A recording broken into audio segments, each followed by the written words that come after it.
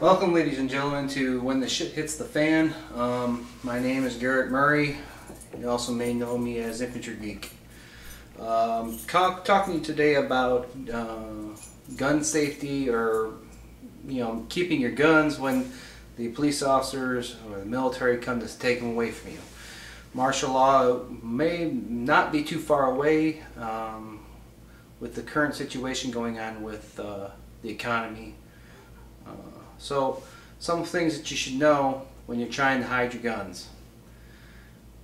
For one, if you're a concealed pistol holder or a CCW holder, they already know you have guns. They're registered with the state.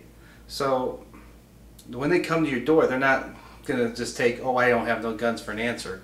They're going to look for those guns. They're going to check in, check underneath your cushions. They're going to check underneath your mattresses. They're going to check in your closets. They're going to check your attic, your basement.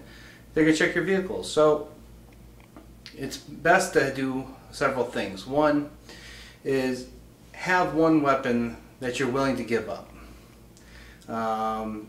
Make it a small weapon. If you have a little, I know the high points are very cheap. You can get a 9mm, and hell, you want to get rid of that thing anyways because it doesn't shoot well. So okay, have one weapon that you can say, here, this is all I have. Okay, so just give them something to please them. Don't give up your ammunition. If you have it, hide it just as well as you're going to hide your weapons. And I'm going to show you something that you can actually purchase pretty cheaply, or make it yourself with PVC piping or whatever. So let me grab it for you right here. You guys may recognize this thing from, I'll back up here. You guys probably recognize this from the back of, or on top of utility vehicles, and it's basically what they put all their tools in. I was lucky to get one of these for free. Actually, it wasn't free when I bought the boat, but anyways. It's sealed. It's actually got a seal and a place to lock it. Really great. This stuff does not degrade very quickly at all. Probably take 1,000 years for this thing biodegrades. So what I did was I made it a time capsule. Basically, I can bury this in my yard. Preferably where I plan on burying some of it is where I don't want to get this below the dirt. Okay, if I do, I want to cover it with something, maybe like a milk jug cut off, so that when I bury it, the dirt doesn't get in and corrode my lock or cause any other issues. You could bury it up to here, say in a flower bed, and then put your flowers around it or in front of it, and wood chip it over. Wood chips, they suck up all the moisture, right? So and then they're easy to wipe off to get to your lock and pull your stuff out. And typically, you're not going to be burying this in a highly wooded area, because you're going to be dealing with a lot of roots and stuff. Burying it back in the backyard by my trees, just not plausible. So this is one great idea.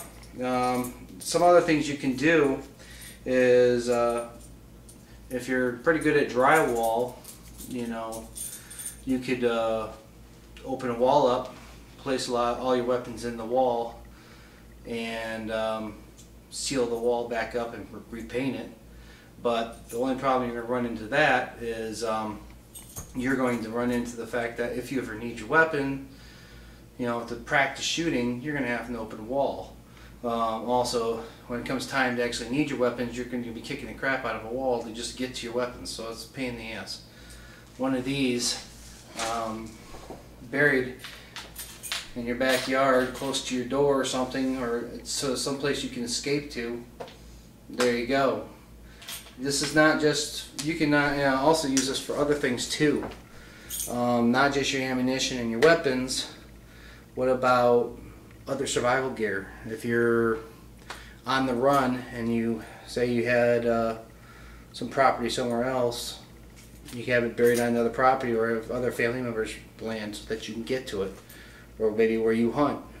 So let me show you some of the things I carry in here.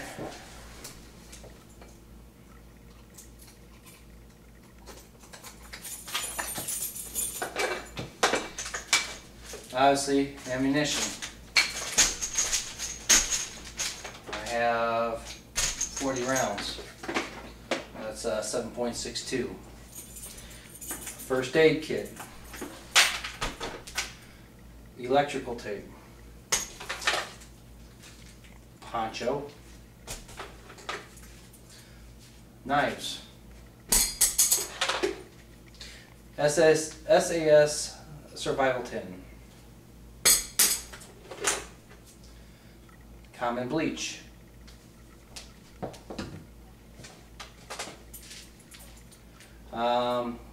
Just for the heck of it, I've actually storing some corn and other things that I can plant. Other means to starting fires.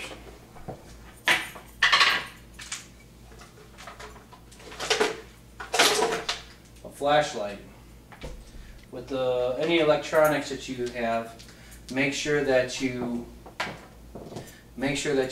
tape up the ends of the batteries with black tape or whatever, duct tape, so that they don't corrode. You know, have them in there for a long time, they'll corrode.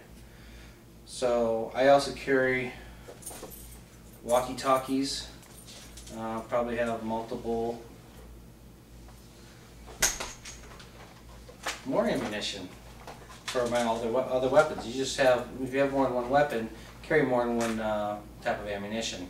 If you make it out of your house with only one weapon, and that's not the ammunition you have stored in your thing, you're out of luck.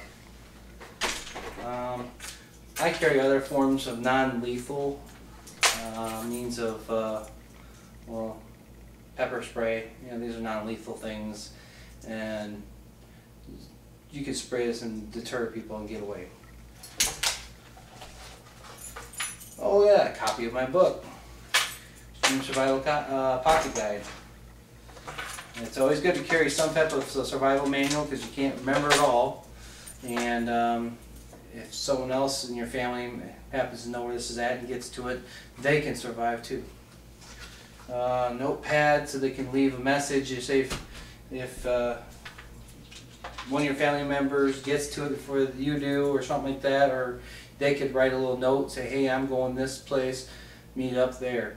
That way it's kind of, no one else will find that message, it's just you. Again, other means to start a fire. You want to have as many ways as you can to start a fire. The fire is about your most important thing other than shelter and food and water.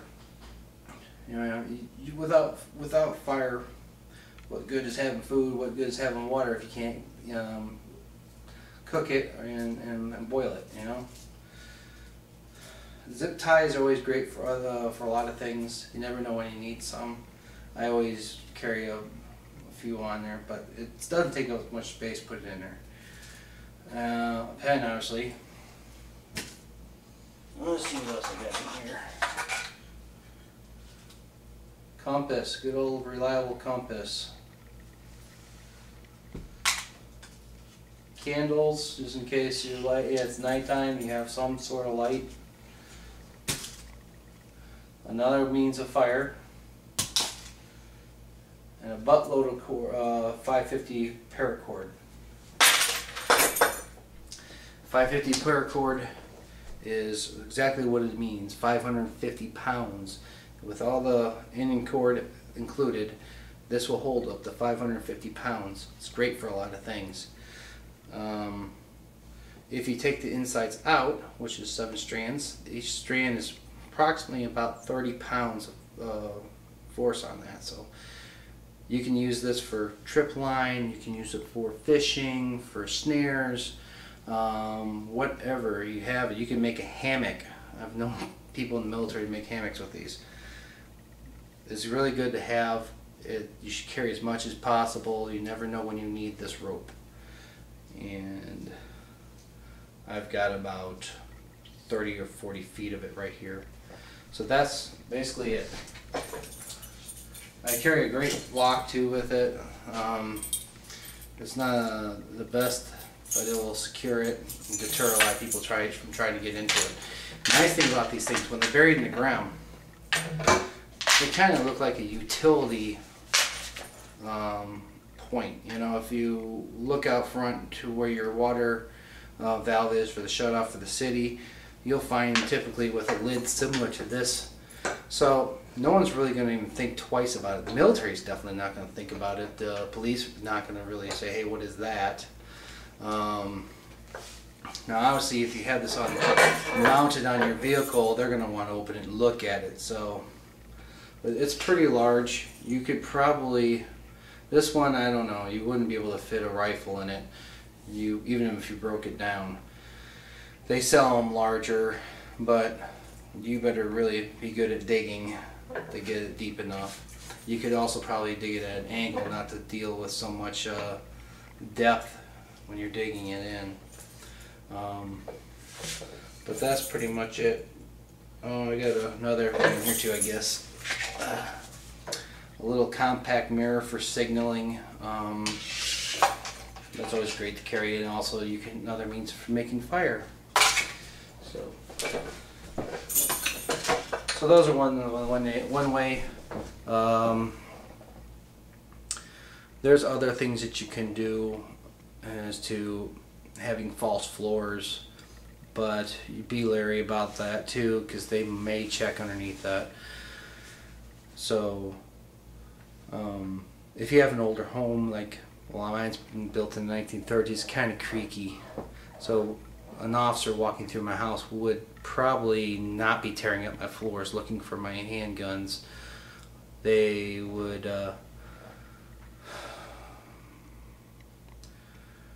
definitely probably check attics. They would check in insulation, you know.